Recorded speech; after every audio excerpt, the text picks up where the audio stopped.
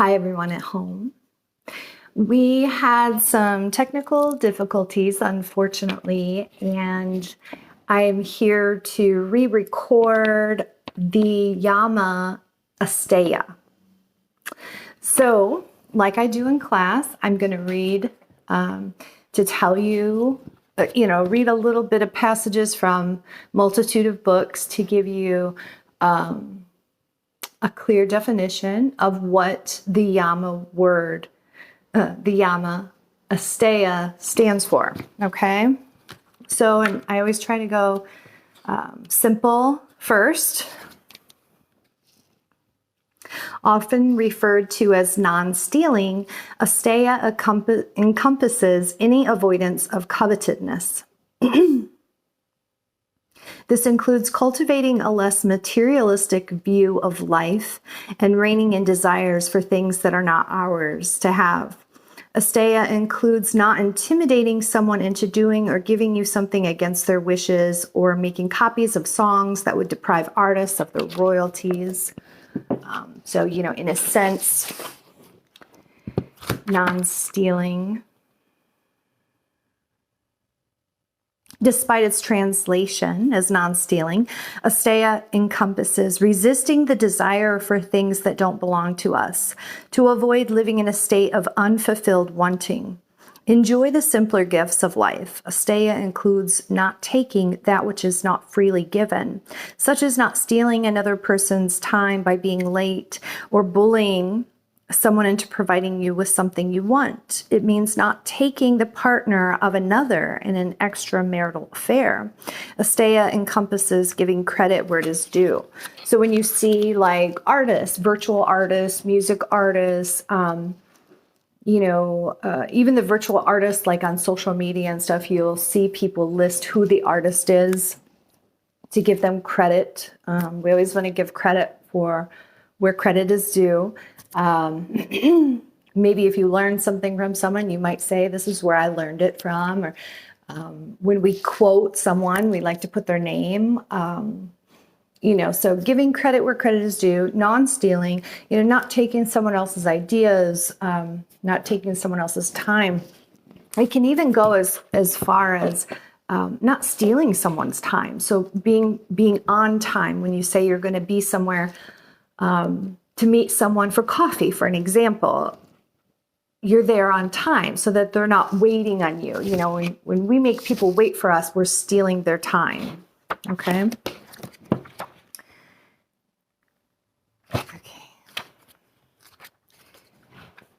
Our world encourages us to achieve more, amass more, and yet most of us feel we are lacking in many aspects of our life. Asteya has the power to initiate us into material and spiritual prosperity beyond our greatest expectations. On a philosophical level, we understand that we came into this world free of material possessions, and when we leave with nothing. Even our bodies that were provided for us must stay, affirming that what we use on this earth belongs to the earth. Casually, we speak about owning land or a house, yet can we move that acre of land from Montana to Florida in the winter months for warmth? It seems more like the earth is housing us, owning us. Knowing all of this, we still think of things as mine. We attach strong possessive pronouns before objects as if that protects us from them ever leaving us. My house, her car, his pen. We then become offended if someone takes something that is mine. We legislate to protect us from thieves, but the laws are not able to protect us from the fear of loss. When we don the attitude of caretakers instead of owners, we enjoy things when they come and let them go with ease. It is nature's rhythm. All things come and all things go. So, we went from a simple understanding to more of a deeper philosophical level.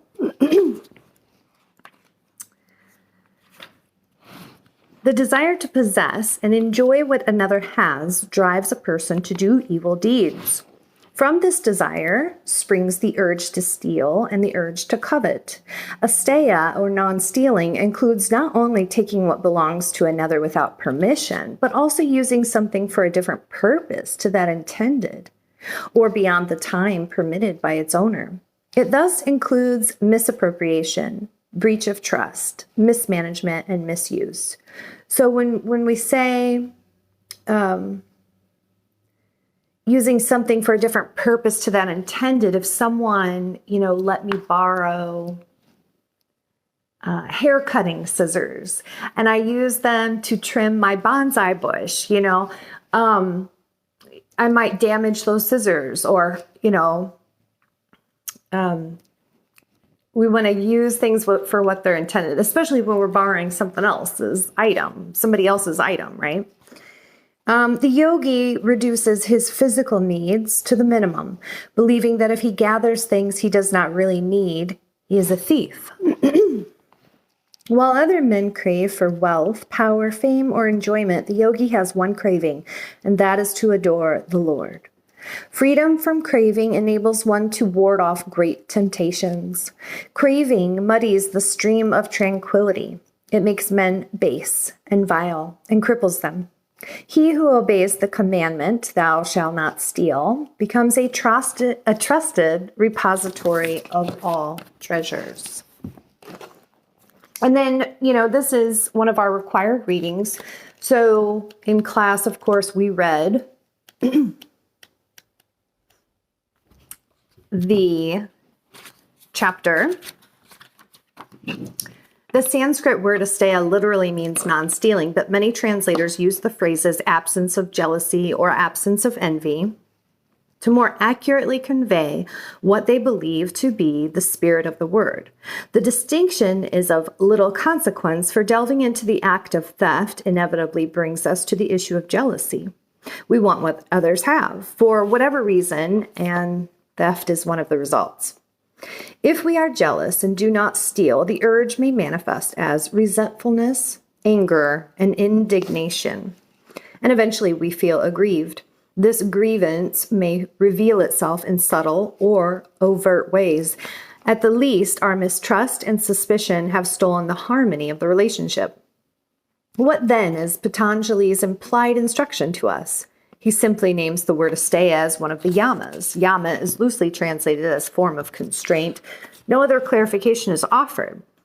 As with nonviolence, the application of willpower or other discipline will never free us from jealousy and envy. In the attempt, we may indeed end up acting the perfect imitation of someone free from the bonds of envy. But we will have done so by creating a rigid formula of behavior and thereby destroying spontaneity of action. Our ability to meet life anew at each moment will be further crippled. The futility is evident to anyone who try. An attempt to willfully create an internal characteristic merely creates or expands its opposite. In the effort to cultivate non-envy, we strengthen envy. Like violence, envy is our reality. We are jealous, envious, and resentful, and that actuality will not go away by turning our backs on it. Why do we envy others? We envy because we compare. Don't accept this blindly, but consider. We perpetually compare ourselves with those we consider lesser or greater, creating sophisticated structures of comparison. Our workplace contains our superiors and inferiors. Our neighborhood has both wealthier and less wealthy inhabitants against whom we measure our own worth. Our occupation is more or less desirable than others. Our spouses are more or less attractive. Our children smarter or not as sharp. We are knowledgeable or ignorant, stronger or weaker, powerful or powerless. In comparison, we divide and classify the world and then compare ourselves to it. With each division, we separate ourselves even more from the rest of humanity and we become isolated. Whether we consciously perceive this isolation or deny it, it is fact with most of us. We have created it through divisiveness, and it is a part of us. Because of this isolation and its accompanying emptiness, we do not live fully, and we crave fulfillment. We long to become something better or greater than we are, and hope that this becoming will provide us the fulfillment that we lack. If we are ignorant, we hope that knowledge will give us a complete sense of living, and we envy those who are more knowledgeable than ourselves. If we are poor, we think that the accumulation of wealth will provide fulfillment, and we envy the rich. If we are unattractive or friendless, we believe that fulfillment lies in being attractive or having friends. We accumulate in an effort to fill our emptiness and are perpetually jealous of those who already have what we want. When we attempt to become something other than what we are, then we must forever have more. We must keep accumulating, for we are in a never-ending state of becoming something better. But this becoming better or greater is nothing more than an attempt to escape the reality of our emptiness. We cannot create fulfillment through effort any more than we can create nonviolence through effort. We can only unravel this mystery by probing beneath the lack of fulfillment and finding its cause, our habit of dividing the world into comparative pieces.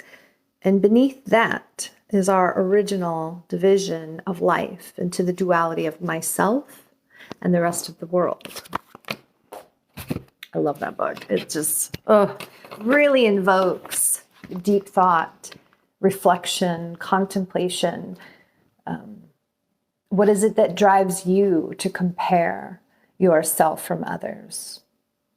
You know, a lot of times it stems from a lack of self-love or, you know, the veil of illusion, not knowing that you are this wonderful divine being, you know. So the journal questions for Asteya are: think of at least 3 ways you are blessed. And I'm going to move through these pretty quickly. I know when we're in class, I kind of give a little bit of time for people to really journal it. But so if you want to jot these questions down and then journal them in your own time, I'll repeat that. Think of at least 3 ways that you are blessed.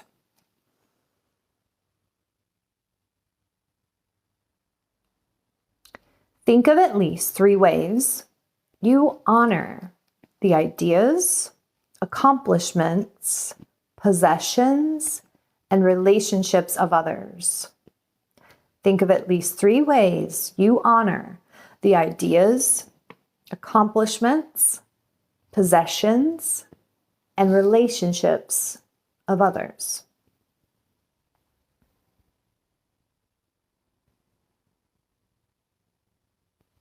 Is there anyone whose possessions or accomplishments you covet or have coveted, and why?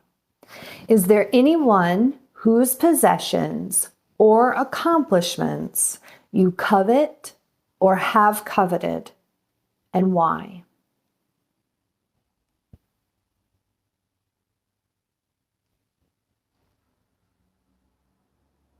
Is there anyone you are jealous of or have been jealous of, and why?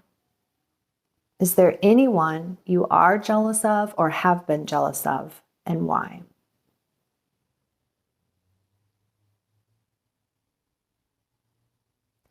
For situations involving jealousy or coveting,